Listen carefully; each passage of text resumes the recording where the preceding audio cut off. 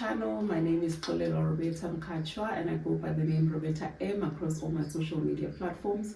If you are new here, I hope you like, I hope you comment, I hope you stick around. And if you are a returning subscriber, thank you so much for being here. I hope you enjoy this conversation that we are having today. In fact, today we have a distinguished guest. We have an author, we have a father, we have a professional, we have a husband, we have a son, we have a grandson, a brother, and everything, a good brother as well to us. And we are so honored to have the presence of Knowledge Ndlovu in the house. Thank you for having me, Sister Olela. Yeah, it's really crazy because when I look back and think about where I started knowing you, like it's really, really crazy because you were just a boy, but today you are this man that you are. We are so honored to have you here today. Thank you very much. Yes, and what basically brings you here is something that is so big because not everyone just wakes up and decides that they're going to do something as big as writing a book. That's true. But honestly speaking, I don't think you actually write a book. You don't decide to write a book. Yeah. Usually you realize later that you actually have something that is worth the book, because the book is actually who you are, your identity. So especially with this type of genre of books, self-development and going forth, it's something that you have to live first. So you wouldn't say you decided that, okay, I'm going to start writing a book. You have to live it first. Unlike other genres like non-fiction, fiction, those ones, imagination. Yeah, so those ones you can decide, okay, let me sit down and think what my mind can take me. Wow. Yeah. Before we dive into our interview, I would just like us to break the ice and just come and say, who exactly is Knowledge and what is this person that we are with today, you know? Yeah. I'm going to ask you to share with me 2 facts and 1 lie, and I'm going to decide which is the fact and which is the lie. All right. So first statement, I am a 2K. I'm gonna give that is a fact. That is a fact. All right. I want the answer. All right. So the other statement is that I've been involved in 5 scientific publications. The last statement is that I've traveled all provinces of South Africa. I think these are all true. No. Really? Okay. The fact is that you've written 5 publications. That's true. Yeah. All provinces are. Which one is remaining? It's only Western Cape actually. That's remaining. Yeah. All 8 have traveled to. Right. Yeah. Wow. Northern Cape was the weirdest one. I wanted to say, where were you don't going just in end the up Western Cape, in the Northern Cape? You don't just end up in the Northern Cape. Right. It's one of the places that you just sit and you're like, what am I going to do there? Yeah. But in my line of work, mining industry, there's a lot of activity that side. I know a lot of people that have worked in the Northern Cape. Lived just for fun? No. Visited just for? No, never. I'm sure they're very isolated. There's nothing, no one. Yeah, no, it makes a lot of sense. I would highly recommend the Western Cape. I've been there twice. And it's very costly. I can imagine. I've not finished. I'm not done with the Western Cape. Are you even done with Mpumalanga? I think with Mpumalanga, I love Mpumalanga. It's beautiful, very beautiful. It is really beautiful. And I'm one person, I think last time we were talking with someone and I said to them, I don't want to or wish to go to Europe and all of those things. I would rather do Africa first before going out. So I feel like with Mpumalanga, also like growing up, would be able to go there and there, those places, and then also as an adult, you also go there and there. I don't think I can sit and say there's a corner of Mpumalanga that I've not passed by or just, you know. Okay. I think I've seen the Lowveld, I've seen the Highveld, I've seen the East Nyana, and yeah. And Mpumalanga is beautiful. Yeah, It never gets old. It's unique. Yeah, very much. Yeah. Like I said earlier, we are so glad to have you here. Yes. Who is Knowledge Ndlovu? Well, Knowledge Ndlovu is a gentleman, smart guy. Yeah. People, that's what they say. I wouldn't know it precisely, but yeah, I like to describe myself as a river. Okay. I flow. I take the shape of a container, whatever container that I'm in. I take that shape of that container. I'm not solid like ice, so whatever situation that is brought up in life, I usually take the formation of that situation that I come across. I grew up right here in Mpumalanga, Komazi. Most of my education is here. I had a fairly nice childhood, I would say. I'm glad. My mom gave me, parents, my mom gave me the best of what she could give me, She could. and I'm proud of that. There were challenges, but I was not really aware of them. Yeah. So as who I am, I just continued living life to the best of my abilities. Yeah.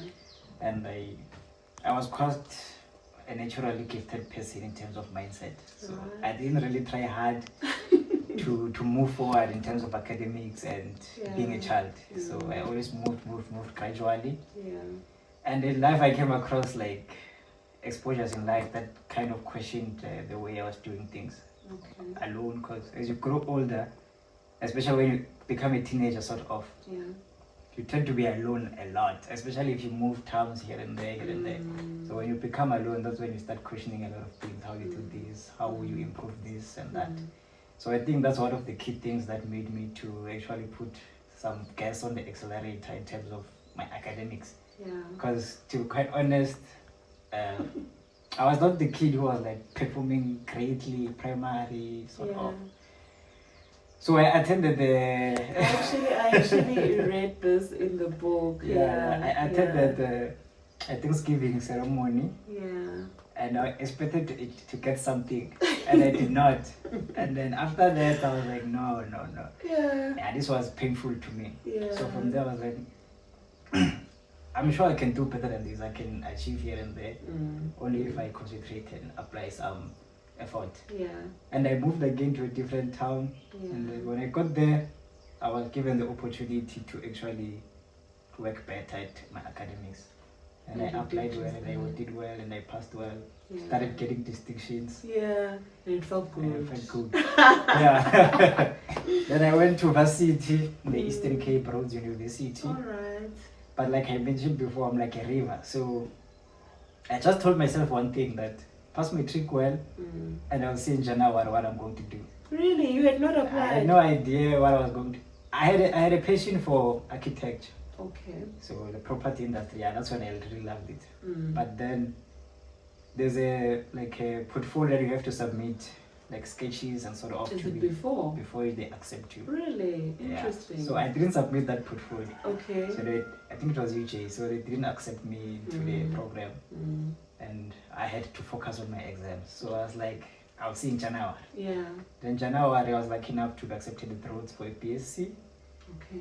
Even when I got there, I didn't know which major I was going to do. Oh my god. So when I got there, I went into Google. I usually use I used the salary scale. So I searched all the subjects, BSc in mathematics, geology, chemistry, statistics. So I think the one that came out on top was maths, geology. Then there was statistics. Then I was like, no. I did well in matric, so I'm sure I can do maths you can do. And geology at the same time. Oh my god. So I was like, no, let me just sign up for the ones that I think I'll make quite enough income. Then I signed up for those. But then for me to do geology, I had to do chemistry. So chemistry jumped in. And then for me to do mathematics, there was statistics as well. Then there was computer science. So you basically covered all of these things. So at the Rhodes, you don't have a complete curriculum that this is what you have to follow. It was more like high school. You could put subjects here and there. You create sort of like you custom. create your own. Yeah.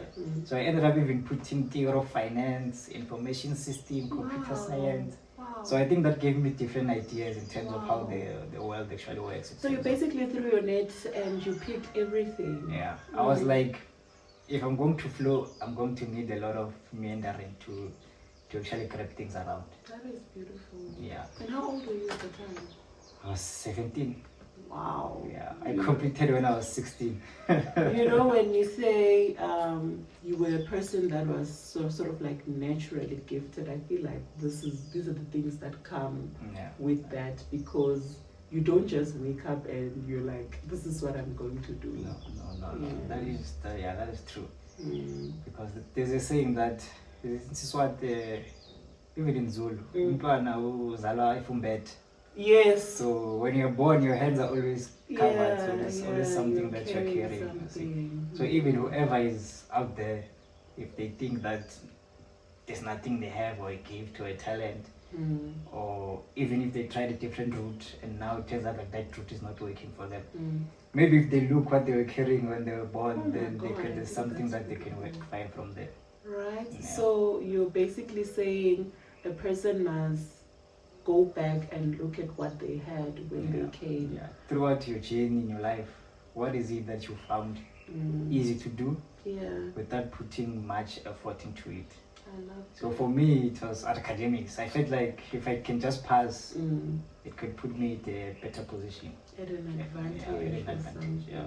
At that point, when you got to Rhodes, do you think now, when you look back, everything that was happening at the time, and I'm talking as someone that has already read the book, do you think that everything was basically conspiring to get you to where you are now? That is definitely true. In my, just like I've said, this thing of a river, I resonate with it a lot. Another saying that I have is that life says jump, and you ask how high. So this saying comes from this fact of like having a boss. So a boss tells you, do this, do that, and you just say, okay, where, how, you see all those questions. So same thing with life. Sometimes if you try to fight life is going to fight back, and life is superior than you. That's true. So sometimes you have to understand that life says jump, and you ask how high. And as I've said in the book, jumping is a physical exercise. So you have to train yourself to jump to a certain level. So when I got to Rhodes University, the majors that I chose, it was not easy. There were challenges there as well. So that was part of life, saying if you need this degree or you want this degree, you're going to have to jump to this level where you're going to be able to attain this qualification. So that was it. Sure. I think your life story and everything, for me, what came to mind as you were speaking was basically that literally everything, what you're born with and the choices that you make in your life will basically take you to where you want to be. It's all a vehicle. That's true. I also like what you said about flowing and just taking shape of what life brings at you.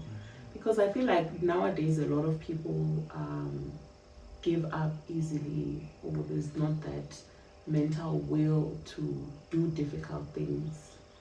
And if you're saying people are struggling doing statistics alone, people are struggling doing computer science alone, geology alone, so now you combined everything and you're trying to find your way, and then you pull through with all of that. That goes to say that it was not easy. Definitely not. But as I've said, this thing of flowing, well, the reason why I believe most people don't actually are actually able to reach their goals is because they are following a set route. So if you are going to go to varsity with the mentality that I'm focused on this and this alone, when you reach an obstacle in that route, it's going to be difficult for you to actually achieve that goal if you're not having any other options to go around that Yeah. kind of turbulence that you're experiencing. Mm. So for me, being fluid is more like, because for example, when you go through a challenge, life is basically saying stop, like stop right now and think about what you have to do. So in that process of stopping, now you have to train yourself to think in a different way. Yeah. And the thinking involves a lot of aspects of life. It can include your mindset, it can include your environment, it can include even your actual physiological body, your mindset and your actual brain. Because a brain is not something that it's not self-intelligent. You have to induce the intelligence. Right. You see. So it has the plasticity. So that is how a brain is able to learn something new. Oh, okay. Yeah, the computer is known as the most intelligent creation of humankind. But it's only able to do a lot of things because it was taught those things through machine learning. Also with AI that we have right now, it's because of being exposed to a lot of data. So if you are on a certain route and you're only going to take in the data that is around you, that is actually in your path towards that specific route, you're going to be limited in being intelligent as a computer, for example. Sure. So you need those many data points for you to be able to maneuver around. Sure, and basically life requires that, because there's no way you can do life with just mathematics alone. No. You cannot do life with what is your take on wisdom? I believe wisdom is actually also a gift. Right. But it's a gift through experience. Yeah, great. You see, you wouldn't have wisdom if you're not blessed to have the wisdom, and you're also not blessed to have the challenges that are going to teach you the wisdom. So the difference between knowledge, knowing something, and wisdom, which is, I believe, is actually being able to apply the knowledge.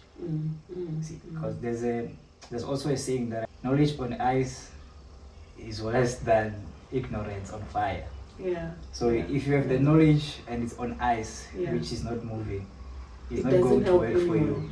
You see, but then if you have if you believe you don't know something, which is the ignorance, but you're actually willing to do it, that is like you're willing to get into the fire. Yeah, willing to get into the fire. The fire is going to teach you. And that is where you get the wisdom. Yeah. So the wisdom is more about the experience and going through things. Yeah, that is really profound.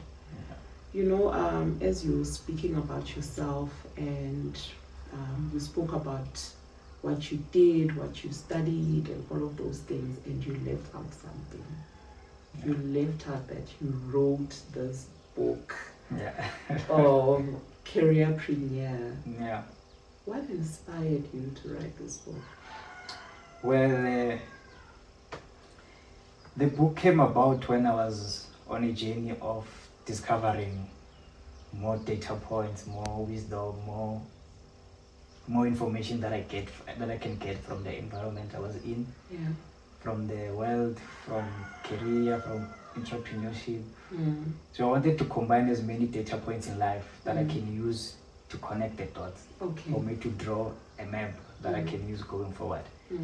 So the book came about on my journey when I started collecting the data points through reading and other activities in the industry. But mostly it was because of the reading.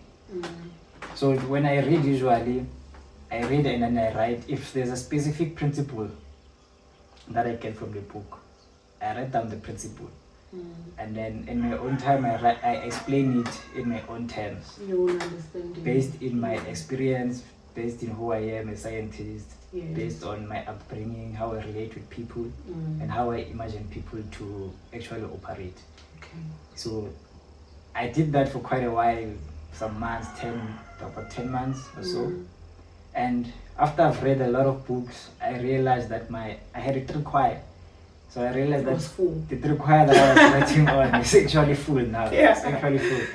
So one day I sat down and I read through my notes from the first book that I read throughout. And I realized that this is actually something worth value to other people. Yeah. So I decided maybe I need to share this knowledge with other people as well, because if people are thinking in a certain way, I believe this can help them to think in a different way. Especially because here in South Africa, I'm sure there are limited books that you can read relating to us specifically. Most of the books that we read are of international nature. That is so true. Yeah. So I believe that careerpreneur would be able to link people through their career and actually making value of their career. Yeah. So based on your values, I talk about it as currencies in the book. Yeah. So based on your currencies that you have from university qualifications, your experiences in life, there's value that you can harness in those currencies for you to actually monetize it, sort of. Yeah. And it can actually push you in your career and also in your life going forward. If you can just give us an overview of what the book speaks about, just an overview, 30 seconds overview. 30 seconds. Okay. So basically, careerpreneur is a combination of your career and making value of your career. So the book, I would say, it is divided into two key sections. The first one would be making yourself conscious.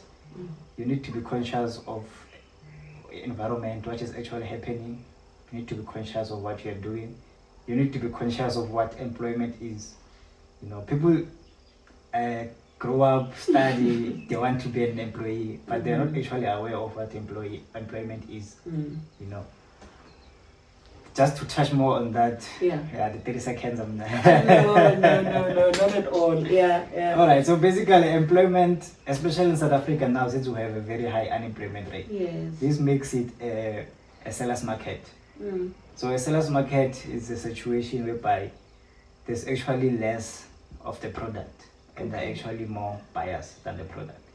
So whoever is selling can actually control the value of the product, who they sell it to, and going forward. So as an unemployed youth or individual in South Africa, you are at a loss from the beginning. So if you're as the buyer, the market is against you. So if you're going to operate with the mindset that I want to be an employee, you are jumping into a market that is against you from the beginning. Even if you're still in varsity, it's against you from the beginning. You know? So people are not aware of that. It's only those that are going to be aware of that are going to be able to make best of the situation, because employment was not the goal in the beginning. But if employment is your goal, you're going to realize while you are in it that no. But I understand because of our history and going forth that at some point the employment was a goal. But in this time of our lives, employment is no longer a goal. And there are actually communities that know employment is not a goal, and they've utilized the market to benefit them. So I believe the youth, they should be aware that employment is not a goal. And I think the book is going to make them very aware of that. Yeah, it's going to basically unlock the mind to say there's more. There's more that we should be aspiring towards than just employment. True. Yeah. And the second part of the book is more about application. It's about doing a self-introspection of your currencies, your values. What do you have around you? What plans can you implement? What can you do going forward? How can you make best of your employment if you're an employee? And also, because employment is needed. Well, basically not employment, but you do need an income to be able to play the game. So it's a game of monopoly, I would say. You see, so you do need the income, and employment is sort of the starting point where you can actually do that. But then if you're there just for the money, it's also on a loss on your side. So now you have to look around in your working place, I don't know to mention more things, but your network inside your working industry. How best can you make use of your industry? How can you take part in the industry instead of being just a pawn that is moving around? So basically, you are saying people need to take advantage of where they are, This is if you already have like employment, take advantage, Yeah. maximize everything Yeah. at the time where you are, in order for you to benefit or to reap the rewards. True. Yeah. Because I think also what is important at the end of the day is, a few weeks ago I spoke about being financially free at the end of the day, especially in this day and age that we live in. You know, everyone wants to have that freedom, that luxury to have time with their families, to share beautiful memories. Not that memories are all about financial freedom alone, but those things that sometimes buy you the quality of those memories and all of those things that you share. And sometimes it can also buy you time, you know, in terms of health as well, because all of those things, that muscle sort of like cultivates all of those things for you as a person. So now, how can one in the workplace maximize that? I already have the employment. How now do I best make the most out of it so that I get value myself as well? Because I think when you're employed, you are selling value to your employer. But what is it that what value can I get as well as an employee? That's true. So, starting point, as you mentioned, time. So time in this case is the main commodity. You're going to trade in your time for the benefits you're going to get from your employment. And that time relates to the language of money. And the language of money is value. You're going to be paid based on the value that you provide to the company. So in ways that you can actually increase your value, it's actually proportional to the money that you will make. So I think people should focus more on the value instead of the time. Because there are situations where people focus on the time, like I'll work more, I'll work overtime, I'll work multiple jobs to get the money. I think that will actually put you backwards in terms of the cycle. Unless you have a clear plan that, no, I will only do this for 5 years maybe, and then I'll be sorted. Sort of like work hard for 5 years, no rest. No rest. But then at 5 years, if you are not building value, then it's like you didn't even start at all. So value, I think, is the main point. So value is about, it's either creating more value for your company, which will guarantee them that they have to pay you more. And you can also create value for other environments, your whole country as well. Like if you have people around you, it is important that you ask yourself, how can I be valuable to this person? How can I be valuable to my friends, the people that I interact with? How can I be valuable to my people or my social media friends? All those, everyone that is connected to you. How can you be valuable to them? No. When you wake up in the morning, what challenges are you facing that you can solve? How can you help other people as well? By creating value of helping people, you create value through yourself. And that value is what's going to increase or propel you and reduce the time that you're actually putting into creating financial well-being. Okay.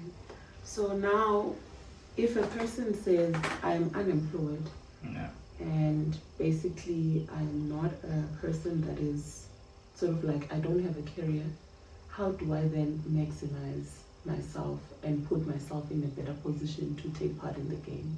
True. So by sitting down and looking at your currencies, so there are things that we take part in our lives that we don't actually notice we're doing. Your aunt or your uncle can ask you, please do this for me, maybe start a shop. Like, no, hold here, I'm coming back. Maybe you were young, maybe it's now, but then that is a skill that you hold. Selling, number one. And you know how to operate a tuck shop, for example. Another example would be, most people have gone through education in South Africa because I think it's free at the moment.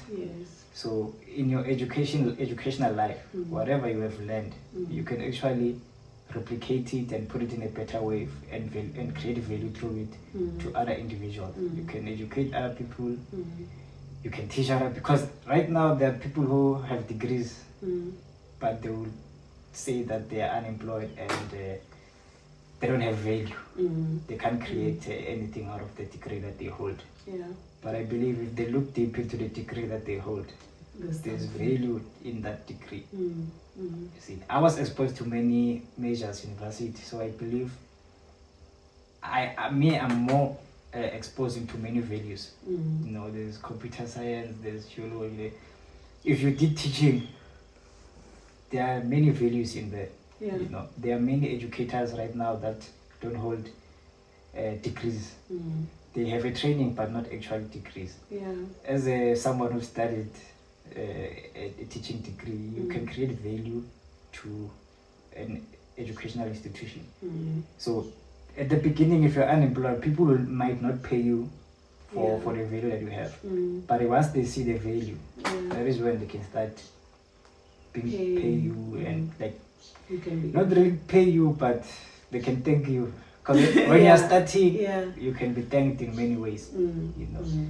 So I believe in every situation of our lives, if you look clearly enough, there are ways where you can create value through the knowledge that you have, through interacting with people. People who sit at car wash, they take in a lot of information in one day than someone who's in an office. That's true. Because they know all the stories going around, you know. Then there's someone who's a journalist, but they don't know everything that goes on in the street. Yeah, true. You know, so that's value.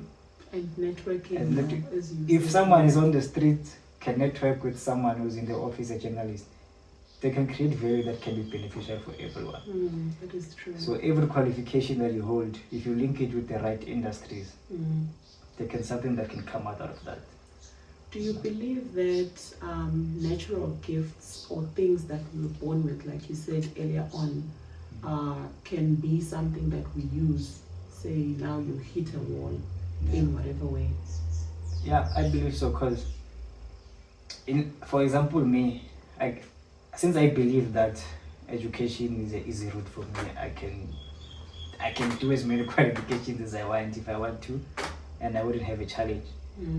But if that is not actually my true gift, if I don't resonate with my true gift, the education will not be beneficial for me. Yeah. You know, I might use it to get employment, but it's just gonna be employment.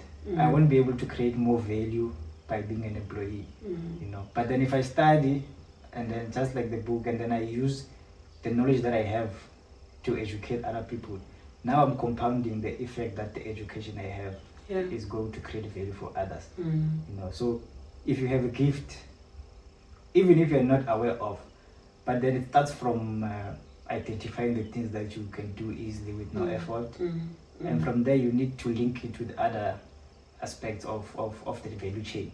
Yeah. So you need to create a value chain. When you start with something, it shouldn't end there. It should create the next value that you have, and your value chain must keep on going forward. So if you're already an employee, what is the next step in your value chain? You know, because if you're in one position, for example, for 5 years, in 5 years you only have one point of the value chain. You know, but then if you got employed, for example, and okay, in my case, for example, I got employed, I worked, I wrote a book, that's another point. If I'm still working, I do another qualification, that's another point. My value chain is growing. After that, I started a business on the side, that's another point. The value chain is growing, it's growing, it's growing. But then people tend to just work with no development in the value chain. And that puts them in a back foot. By the time they realize that time is gone, it's already late. You know? So what is the importance of constantly developing oneself if you are if you are already an employee? You know, if you sit down and think, I don't think there's actually anything, you know, in the world that does not change. You know, everything in the world changes. And if you sit down and look at your whole, maybe the past 5 years, you need to ask yourself, what has changed about me? What step did I take forward? You know, what did I change, or what did I improve? What did I learn? You know, if you're not changing, then it's something that you have to start. You have to change. The change must be there for you to be exposed to another thing. You will not be able to break boundaries and jump into a different aspect of life if you're not actually changing. And as human beings, our brain is number one. So you need to take care of that yourself, because the brain will not take care of you. You know, and continuous learning is what is important. But then you need to learn things that are valuable to you. You know, in a sense. You don't have to take in anything that comes across, any education that you come across. You need education that is valuable to you.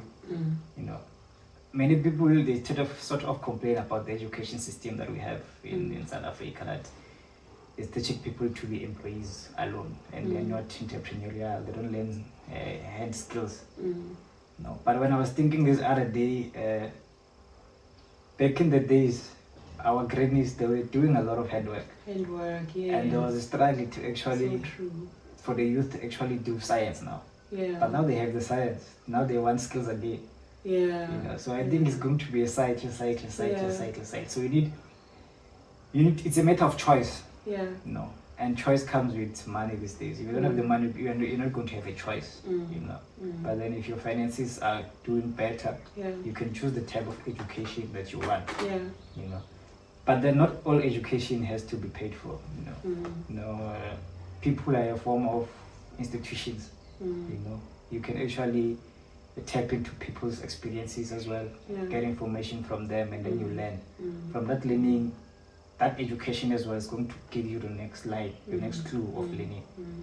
As me personally, when I read a book, that book is going to give me my next point of what I need to know next. And by knowing that you're creating a mind map of knowledge, of ideas, that once you link them together can create something much bigger. That's amazing. So if you don't expose yourself to a lot of knowledge, it's going to be hard for you to try something new, because people, for them to see value in you, it's like the world's most successful people, they did something out of the ordinary. You know, so for you to do something out of the ordinary, you have to expose yourself to things that not everyone has. You know? Speaking of finances, people are working. The small group that is working, due to the unemployment rate, as you mentioned earlier, how can people make sure that their money works for them? Yeah, that's a good point. Well, not to take away the jobs of financial advisors. Obviously, in the context of an employee who is obviously trying to develop an entrepreneurial mindset. So now, how does, because isn't it, we're speaking about your money trying to make way for you? Yes. So how now can my money work for me as a person who is an employee and I'm trying to get somewhere? True.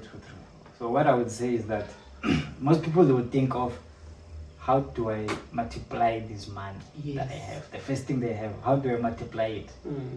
But then I think people should, if you're starting, I think people should focus more on the foundation first. You know, you need to take a step backwards.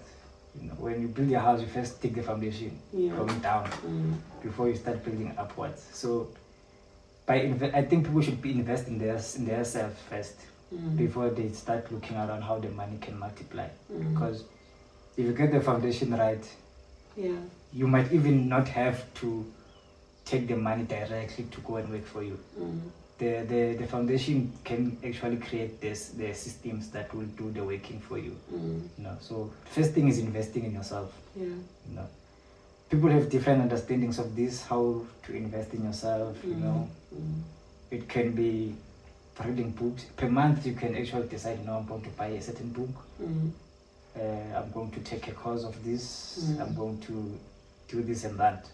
But another one that people don't actually quite notice or note of is that even taking yourself out is a sort of foundation. It's good for you. You know, going to places you've never been before. You know, being in Cape Town as you've been recently. it exposes you to So true. a different environment. You know, you can be there physical, but when you come back now, your mindset is no longer the same. You know, True. so there are many ways to invest in yourself. So you can look at it as if everything has to be about the money, but investing in yourself first and your environment, and yeah, there are many aspects of investing yourself in. Yeah, but then look deep in yourself first and work on yourself first. You can buy yourself a nice gadget that you know is going to allow you access to information. Yes. You can decide, no, I'm going to buy a router. Yeah. Before you go deep. Yeah, Because if you decide, no, I'm going to do a qualification, that's 3 years, you know. And in 3 years, if you're focusing on one goal, you won't see the change, the movement. Because you need the small wins to make you aware that, no, I'm building towards something great. You know? So I believe the small wins are the ones that are important. To basically get you to that. Just like me, finishing one book was a great achievement for me to actually read the next one. You know. But then if I said, no, I'm going to do a qualification, I like 3 years, 4 years, it could have been a far-fetched thing. Or even say, I'm going to read 10 books this year. It looks like a mountain to climb. But if you look at it from one book, one next one, and so forth, then from there, if you feel that, I think my foundation now is okay, you know. Usually you don't have to see that your foundation is now okay, because what you've been doing, it's going to push you to the next thing. You might be reading a book and it's going to give you an idea of an investment. You might be in a lodge, a vacation, you meet someone that is going to invite you to do something bigger. You could end up in a different industry, you know. So before you actually now say, let me maybe take my money and put it into work, into something, by investing in yourself, it is going to give you those ideas in which you should put your money to work for you. Oh, that is beautiful. You said something about the brain. You said the brain. You were talking about the malleability of the brain. That you basically put in information and then it learns and it expands itself. And I read something in the book. You were talking about that the brain itself naturally is built to. I'm going to paraphrase. Okay. Something along the lines of the brain itself makes you sort of like you have to train it because it was built to make you fail in a way, sort of like lazy. It's not meant to. It's designed to make you comfortable. Yes, designed to make you comfortable, not fail. Comfortable. Yeah. Because you know the brain does not like being uncomfortable. It's there to keep you alive, I can say. Oh, okay. So there's a test that they do to babies when they are born. I think it's a drop test or something. They hold the baby, then they let go, and then when they're about to fall, their head will choke forward. Oh, okay. So that's the brain saying, no, I'm not going to let you die. You need to try something, you know, like reflexes and so forth. Same thing with your development, you know. If you think, I want to try this thing, your brain is going to be like, no, why do you want to do that? You have a good job, you are flowing nicely, you have a nice car, you are doing better than everyone in your family, you are a good child, you are like, don't go anywhere, let's stay here. Everything will come to you, you know. And that's the brain, like, no, you know, stay here, be comfortable, you know. So the main point is that you need to understand how you work, how your brain works.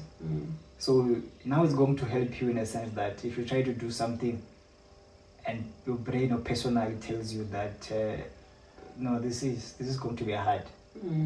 You need to understand that that's the brain, it's not you. Okay. You know, there's a difference between yourself and the actual brain. You know, so you need to challenge the brain to think in a certain way that things are not challenges all the time. Even though they look dangerous. Not everything is dangerous when you are now closed. And far it does look dangerous and so forth. So the brain has neuroplasticity. So the more you expose it to challenges, the more it realizes, no, this is not dangerous. This is not going to humiliate me. It's not going to embarrass me. It's actually going to build me, so forth. You know, it's like writing a book. You would think, who am I to write a book? Why would I do it? Going forth, you know. But then if you tell your brain that no, if the information is valuable to you, there are many of you out there that the can information benefit from it. can be valuable from you. Mm. So the exercises that you can do to train your brain here and there, you can expose yourself to different environments, people mostly. Yeah. People who are always doing crazy stunts in life. Yeah. Trying this, trying that, going out, traveling, changing careers here and there, doing multiple things. See, those are the people that you need to be around the most. Right. Yeah, going to the gym. When you see the next person lifting 100, then your brain will be like, why not me? Yeah. So you need to constantly challenge your brain. Like, not everything has to be safety first. Yeah. There are people who end up leaving employment, like their actual employment, because the brain now has learned that no, this is not the ideal situation to be comfortable. If you're going to be comfortable in your employment, it's going to take you a while, a long time, for you to achieve what you could have done the most. Yeah. When you speak about that comfort but maybe not being fulfilled in a way, how does one balance that? Because I feel like, say a person has plus minus 10, 15 years experience, or even 30, we grew up with parents that have been working all their lives. Some parents or some people will sell things, they'll be selling your brands, the normal brands that we know, just to try and maximize what they have or whatever. But there's people that are afraid of jumping or leaving the comfort because of the risks that come with it. Now getting out of me just being a 9-to-5 person to going into business or whatever passions that I have, that I've always had. How do you balance that? The fear and the tapping out and really following your passions, and that which makes you not to sleep at night. Well, if you want to sleep, you can still sleep. But here's the thing. The thing is that the comfort and discomfort, there's no thin line between it. It does not change instant. You're not comfortable today and wake up uncomfortable tomorrow. It takes time.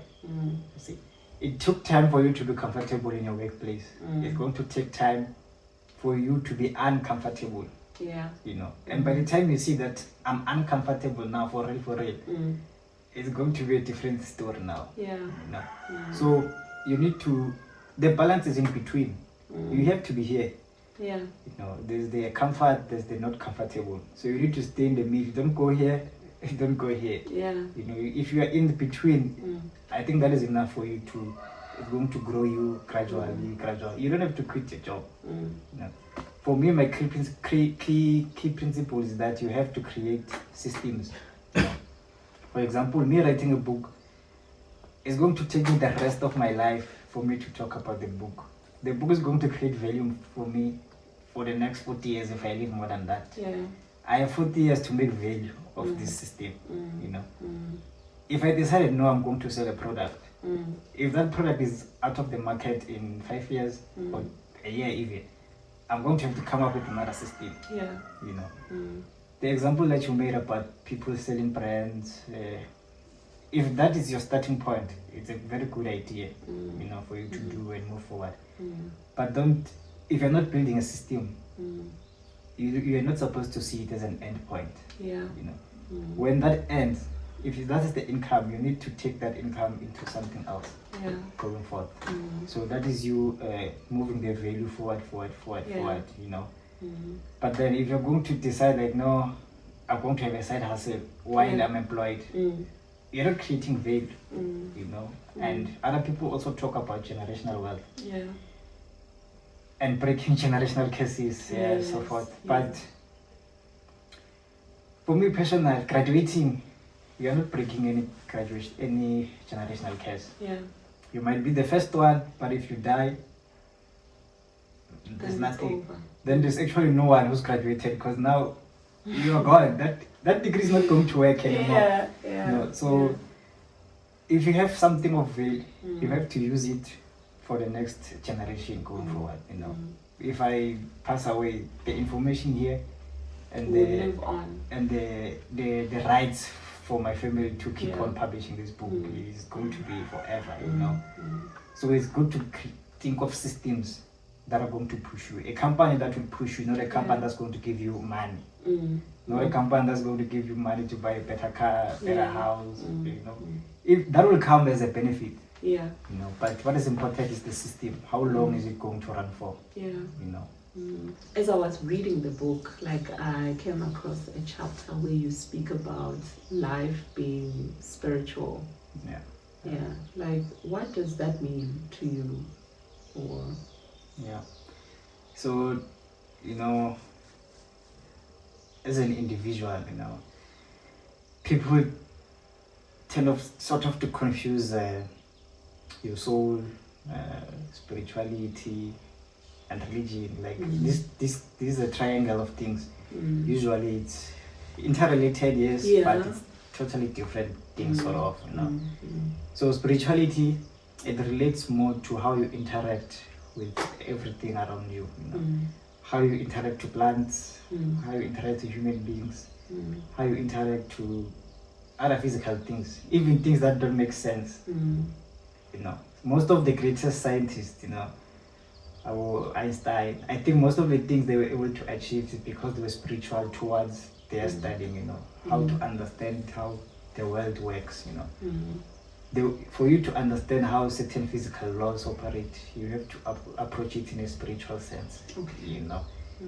But then, as individuals, we have different upbringings, you know, and religion forms part of that. So how you relate your spirituality towards other things, other objects, other people, sort of draws back to your religion, you know, because that is how you are able to look through the earth and the atmosphere around you without seeing yourself present in it, you know. And religion is very key in that, you know. Yeah. And since religion is a key principle in someone's life, even those that don't have any religions, I believe they do have a religion, which is that one of not having a religion. Yeah. So, me as a individual with a Christian background, I draw a lot of inspirations from Christianity. You know, others draw them from Islam and other religions. There's various religions that exist. Yeah. But for me, I learn everything. You know. Yeah. Yeah. My heart is at one place, but I do learn a lot of information. You know? Yeah. It's what's going to make me absorb a lot of data points and move differently. Yeah, without judgment. Yeah. So, a Bible, I would say, it's one of the greatest books ever written. It's the best selling. You can't compete with the Bible. Best selling, economically, anywhere, spiritually, to people, you know. So, if you read the Bible in a sense of reading a book, you need to understand first that a Bible is a book. Yeah. You know? Removing the religious part of it, you know, it's part of your life, I understand, but if you read it in a sense of reading a book, there's a lot that you could get from it, how it's structured, how everything works, you know. Because in this time, day and age, if you read the Bible through religion, it's going to fulfill you in a religious point of view. You know, it's not going to fulfill you in an economic perspective, for example. There are many economic principles in the Bible, but then if you read them through religion, you think of the church and everything, you know. But then now if you shift your mindset that no, I'm reading a book, you know, you're now able to relate the principles of the Bible into real life, you know. We have Proverbs 31 woman that is being described there, you know. They talk of it that the woman did multiple things, you know. Took care of her household, her husband, she was selling things. She bought land. She worked the land. That's an ideal careerpreneur, you know. You have to do everything that you are able to do and make a value through it, you know. If you are operating in a professional aspect, you know, people have imposter syndromes, people have a lot of psychological things, you know. The Bible is also another point where you can go to draw inspiration from, you know. You have Luke 12 verse 12, you know, like it says, in this hour I will teach you what you ought to say, You know? Yeah. So if you have a presentation or you have a business proposal, Yeah. go there and stand there, prepare what you have to say. It will Yeah. come in that aspect. You know, you Yeah. will know what you have to say. Everything will go as it's supposed to go, even if it's not successful. That was the main point of it. Exactly. There's something to you be have to. drawn Yeah, from it. yeah, Yeah. yeah. Exactly. So there's no actual failure. You know. Yeah. The failure brings you closer to your success. Yeah, I love that. Yeah, you had to fail for you to gain success in your next step. You know, because every data point in your life is an entry to your next victory. That is true. You know? So by failure, already your mind has shifted. Yes. It's no longer the same. It draws us back to your award ceremony story. Yeah. Without failure, your mind will never shift. It will remain rigid. You know? So the failure, I think, is very, very important. You know, then through failure, you can be able to draw inspiration to fix what you have to do and move forward. This one is a hard one. I think we cannot just brush over it because I feel like a lot of people, failure is something that happens very often to a lot of us, you know. So now, how do you navigate your way through failure? Okay. So, starting from a personal point of view, I don't really see myself failing at times. Yeah. You can fail at a task, but you haven't failed at the goal. You know. Okay. You can fail at an objective, but you haven't failed at you can fail at a milestone, but you haven't failed at the actual objective. You know, going forward on. You know, if something doesn't work now, there's something else that will work. You know. Right. From my research experience in science, you know. If a certain ingredient or a certain reactant, you know, reaction does not work, you would have to find ways to find something bad, you know. Yeah. But then for you to find the next thing, you have to understand how did the previous thing fail. You know. If you know that this part of this chemical, this ligand is the one that was not suitable for the reaction, you need to find a better ligand that is going to work. You know? And that is how you move closer to something that will produce something successful, you know. Wow, that is amazing. Yeah. So with failure, if you understand that failing, you can go to the point where you create a failure-proof system. Okay. Where you can actually set up a system where even if you fail at one thing, this failure is actually a win in a different aspect. Yeah. You know, I don't know how I can put this clearly, but like writing a book, you know, if I write a book and maybe people don't know much about it, they don't, maybe it does not become a bestseller in that case, you know, it's actually not a failure because now I have the skills to write a book. Yeah. I can write the next book which can be a bestseller. Yeah, true. I can use this book in terms of communication, negotiation. You know, if I meet someone who's into business, you know, they might not know me, they might not know the book. They might not trust me that I can do the business deal that I'm about to talk to them. But if I talk to them and I leave them with the book, you know, I'm probably the only one who's going to leave a book in that business discussion, you know. So by me leaving a book, that book has created value for me in situations where I could have failed, you know. That's true. Even if the book was a failure, it's still going to work. It might not open this door, but it's going to open other doors. Wow, I love that. Yeah. I love that. I also like what you said about that it basically says maybe you failed at this milestone, but not the objective. Not the objective. And basically sitting down to assess, to say after I failed, sit down, assess, what was really the problem? What went wrong there? Yeah. What can I improve going forward at the new attempt and all of that? True. So that is the point that you're trying to make. I normally bake, I love baked goods myself, and I bake. So what you're saying makes a lot of sense because sometimes you add an extra ingredient of this, and then something else comes up, which is totally wrong. It was not what you were looking for. So now you know that, no man, I'm not supposed to use extra baking powder, or I'm supposed to use less liquid, or I'm supposed to use less fat in order for this to work. So it's all about, if I did not try though, I wouldn't have known that this is what I was supposed to do. So I really love how you break that down. There's also I think a part in the book where you speak about a scenario where a person went hiking and they basically got to hike, and during mid-hike they're like, no, this is not for me, because I can't, I basically have the wrong shoes, or probably the time is not the right time to have started doing this, the weather, so many excuses, so many things that we can blame for whatever happens. But in the end, all of that was worth it. Like, how do you summarize this and bring it to... Thank you for that question. So I think this is where it brings mentorship into play, you know. Mentors are a very important aspect of your journey, but then people have a very difficult task of finding a mentor, you know.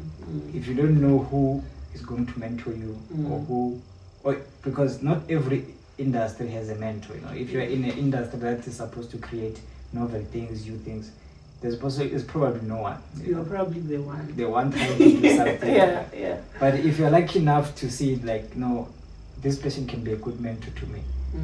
If you're an employee, probably your superiors, your leaders, they are the closest you have to being a mentor. You know? So based on that story, a mentor basically is there to show you your true north in terms of your compass, you know. If you're heading to a certain destination, the compass will move left, right, the more you move, but then it always comes back to the true north. You know? So that is what your mentor is supposed to do, you know. If you swerve left, right, you know, you feel discouraged, you feel this. That is what your mentor is supposed to bring you back to your true north, you know.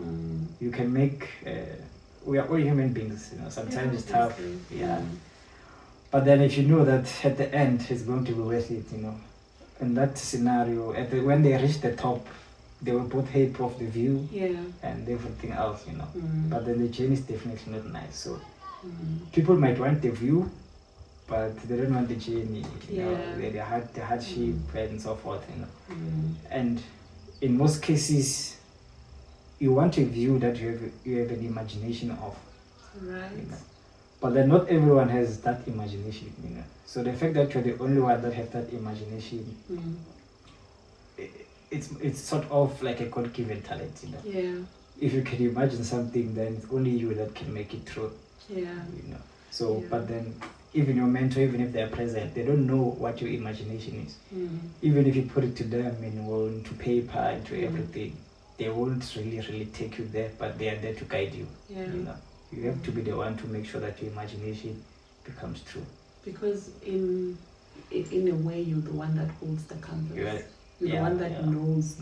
It's just the how, maybe. You know, also in terms of that, I don't know if you wanted, do you want to add?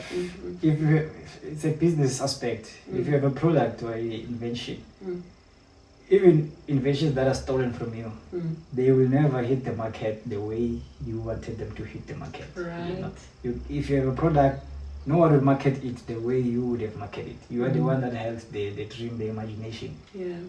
So you are responsible for that goal. It's your baby. You know? You have to take care of it. So everyone else that comes to help you throughout that journey, you have to make sure that they are valuable enough to you to push you through.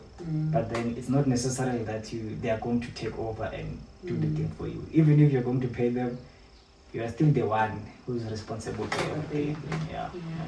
I like that. And you know, when it comes to this, I say this because I'm someone that is new into hiking, and I know how it's like. And recently I basically hiked the Lion's Head. And it was such a challenging hike. I literally came out and I said I hiked with everything but my teeth. Because of how hectic it was. Used my hands, my feet, my body, like my entire body and everything, because you were holding on to rocks and all of those things. It was I don't know if you know the shape of lion's head. It's sort of like a triangular Yeah, I see it, shape. yeah. So in the beginning, it's fine. You're just walking. It seems like it's flat surface. Then you start climbing. And then you start climbing all the way up. It's not easy. Rocks, slippery. It's all of those things. So when I read the chapter about that, but when you get to the top, Yeah. oh my God! Yeah. It's Once breathtaking. it gets tough, that is where you start seeing the Yeah, view. there's a point where I think we were almost 5 minutes to the top, and I said, I'm ready to let this go. Like, I'm ready. And people just kept on saying, you're almost there, keep going, you're almost there, keep going. And I feel like that is what you needed at that point, because you could tell with this, it's like, at some point I was like, you know what, this is where the hike forces you to either you need to do it to get it right, or you'll be breaking news tomorrow. And my breaking news tomorrow in terms of this was that you could fall and tomorrow the news could be reporting your injury or whatever. Yeah. But imagine a situation where you are really climbing and chasing your dreams and you're breaking news because you really smashed those goals as you saw it in your mind. Would you climb the lion's head again? Hike? You know, I need to heal. Yeah. I need to recover first. Yeah. Yeah, But I think the need to second time it recover will be first. different, you know. It won't be the same as the first time. Could Because be, now you know the reward. right? So if you know the reward, it's easy for you to be motivated. Right. But if you don't know the reward, Yeah. it's easy for you to quit. To turn back the same back, way yeah, I yeah. would have that Yeah. 5 minutes before we reached the summit. But it was beautiful. It was breathtaking.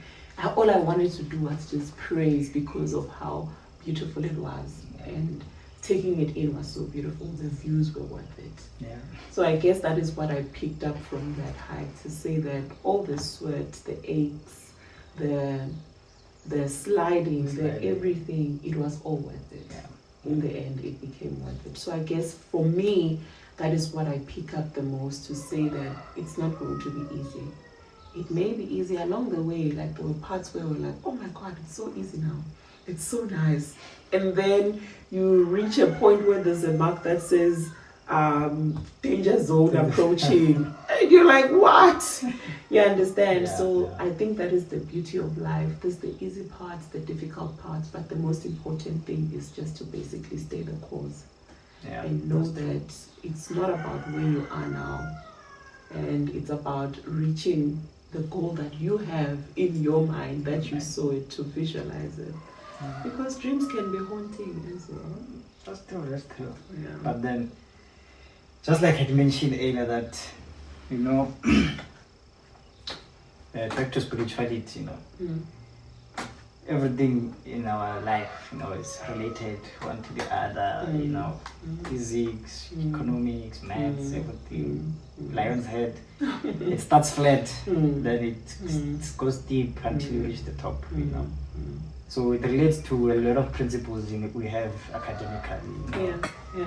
We in economics, you know, every investment has that hockey stick Yeah. shape, you know. Yes. Starts out flat for a long time, and then suddenly it booms, and then now it starts compounding very fast. When you're climbing lion's head, it starts gently, and then, you know, it becomes steep until you reach the top. You know, same thing with everything in life. You know, if you're learning a new skill, in the beginning you're going to start slowly. New business, slowly. You don't see anything happening, but when that one deal comes through, when you get that skill qualification, everything just hits. Yeah. You know, so if you're able to identify the spirituality between everything you do in life, you know, it can help you to understand that even if you're feeling like quitting, this is how life in general is. Yeah. It's the nature of the universe. You know, it's not about what you're going through. As I was reading the book, there's a part where you spoke about an incident that happened to you as a 4-year-old. Initially, when I read that part, I said to myself, how does he remember something that happened at 4 years old? Yeah. But I think you also said, Guti, the family keeps referring to that incident. So that is how it stuck to your mind and you're able to recollect it. But what I want to say is, you said that day, I think you took a taxi All right. So taking it from the top. So I happened to study different villages using the and so forth. So I happened to be released from school early that day. Yeah, I was 4 years old. So I loitered around the village until I found myself at the taxi station. So I was waiting for my aunt to come and collect me. But yeah, she was late because I was released early, actually. Yeah. So while I was waiting there by the taxi station, a taxi came, and then people jumped on the taxi and so forth. So while the taxi was there, I was thinking, like, in my mind, like, this is not the first time I see this taxi. I know this taxi, I've seen it before. We've used it to go to home, because I'd had that shield branding back in the day, So while my mind was racing there, like, do I get in the taxi? Do I wait for my aunt? The only issue was that do I leave my aunt or I go, So there was this lady who was actually standing with me there, So when she jumped on the taxi, I believe she was like kind of confused. Why is the kid behind now? Then she asked me, "Are you not coming?" So in my mind, I was like, let me just go. Let me just the taxi. It goes home. I'm not gonna get lost. I know this taxi. But taxis take different routes every time. All the time. So I could have ended up in a different town, different village. Yeah. But I took that taxi. When I got there, I just jumped off the taxi and then I started working. Then there was a hustle behind me about who's going to pay. Then I heard a granny say, "I'll pay for him." Then I was like, okay, I was gone. Then I got home and everyone was worried. Well, how did that happen? And so I used to talk a lot when I was young. I used to speak fast. Okay. So I took fast, telling them the story. I was proud of myself, but I was in trouble. Oh my God. So there are a lot of other things that I did when I was young that my family keeps telling me every now and then that I was just you were naughty boy. Different, naughty. You were busy. I was doing things that were not expected of me. Like, how do you even think of that? And then But then looking back on that experience that I had, one day I asked myself, if I had my adult mind at that time, would I have taken that tax? Would I have gotten home early that day? How long was I gonna wait at the taxi station? What if something happened between that time of me waiting? And there are a lot of things that went through my mind, True. But one of the key principles I got from that experience is that adults and kids, they behave sort of different. And people mature differently. What you go through in your life is what's going to train you how to think when you're an adult. True. If you go through God forbid abuse and all those things, hard times, it's going to make you very cautious on who you let in your environment. That's true. The type of the dangers that you take, the types of trips, like trying new things and so forth. So I believe people need to trace between what changed between the young you and you now. What made you to think the way you're thinking now? Why are you afraid now of doing the things you could have done when you were young? There are things that you could have done when you were young, but now you're like, no, I'm not gonna do this. I'm an adult, or it's out of my comfort zone. Going back to your brain, keeping you safe. Especially based on the experiences that you have had. So I believe if you understand how you operate as an adult, you will be able to now trace back, how do I sort of make myself take the chances, the leap of faith that my younger self had. As an adult now, I would have to convince myself that, well, number one, I don't have money for the taxi. Exactly, which is the starting point. I didn't have money for the taxi. Someone else can say, I don't have money for the business. I could have gotten lost. Someone can say, someone can scam me. There's a lot of people trying to make money. Or I'm not gonna reach where I'm going. I might go to a different town now. That is you being adult you at that time. Taking yourself backwards.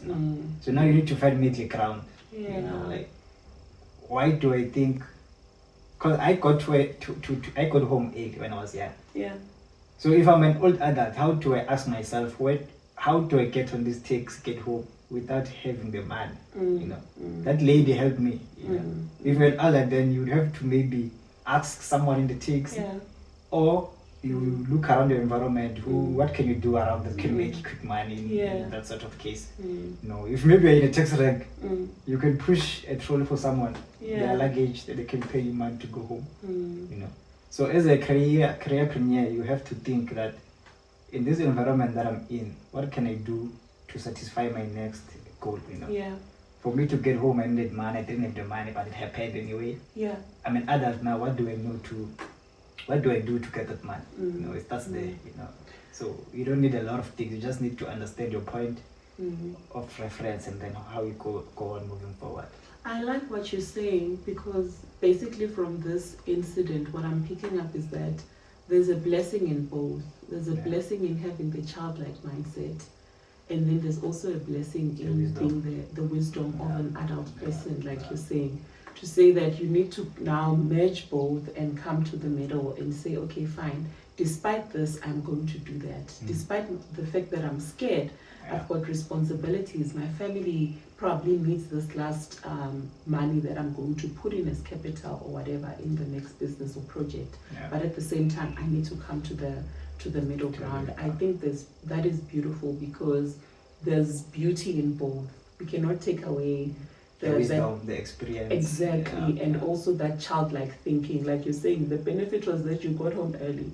Probably you played more or whatever at the time. That is what you needed. So imagine getting home early can also relate to retiring early. When you're grown up. Exactly. So it's like getting to where you're supposed to be quicker.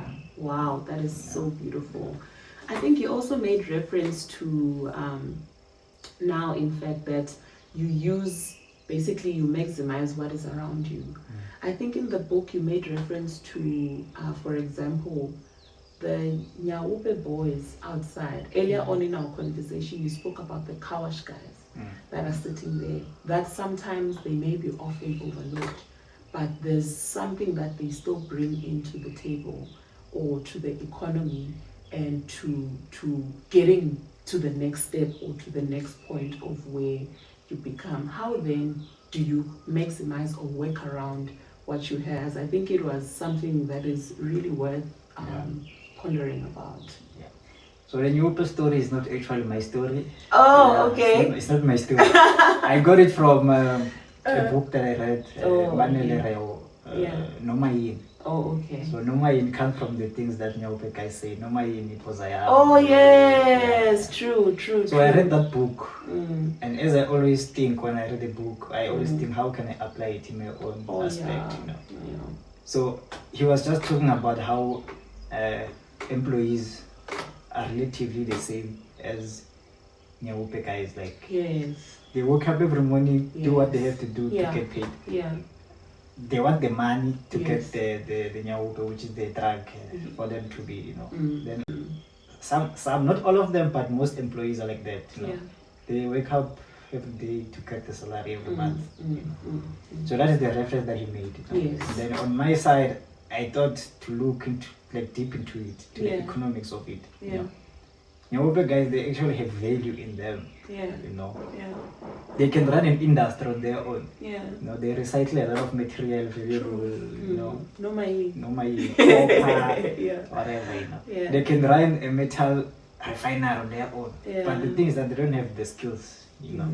But then if they can work with someone who can show them the skills, everything they need, the resources, they can actually move and do better things that they have with the currencies that they have, you know. So even as an employee in general, there are currencies that you have that you're not aware of.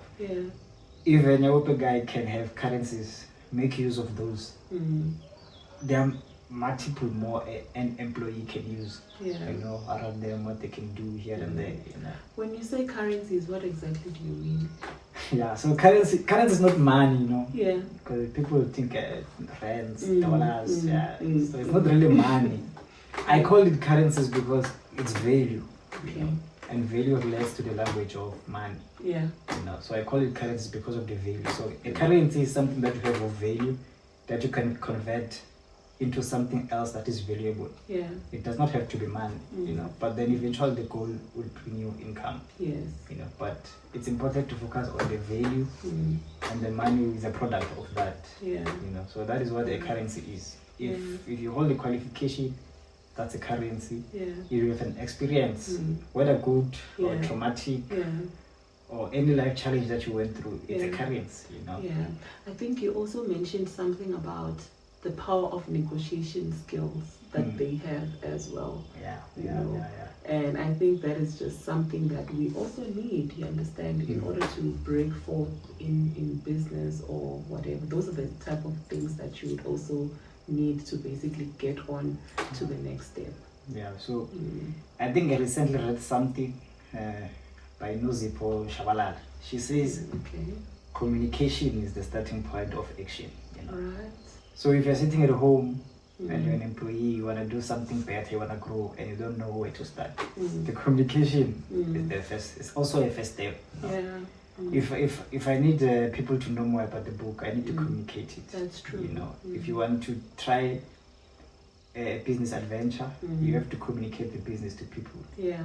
You need to talk to people that can give you information. Yes. So communication is very, very, very key. And when it comes to negotiation and discussion and communicating, those guys, they're very good at it. There's a lot that you can learn from them. In conclusion, what can you say to someone that wants to unlock an entrepreneurial mindset and take their lives to the next level of their lives?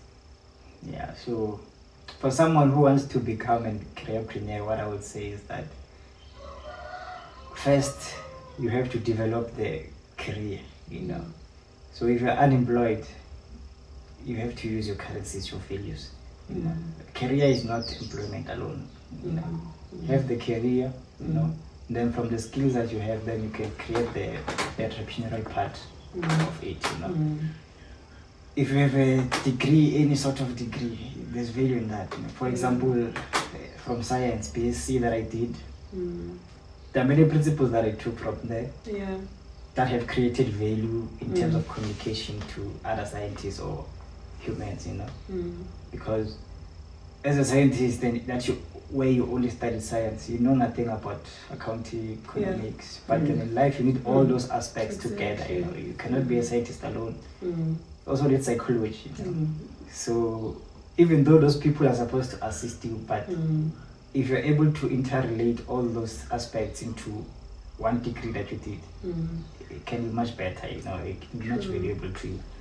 Using science in an economic point of view, there are a lot of things I can draw. For example, the Newton's laws of motions. The first one, nothing changes or nothing continues. Changes shape or direction if there's no external force acting on it. If you're just an employee, you will always be an employee getting the same benefits. Unless something acts on it. Unless you act on it. If you say you're unemployed, it's possible that you might stay unemployed until something external happens. An external force happens.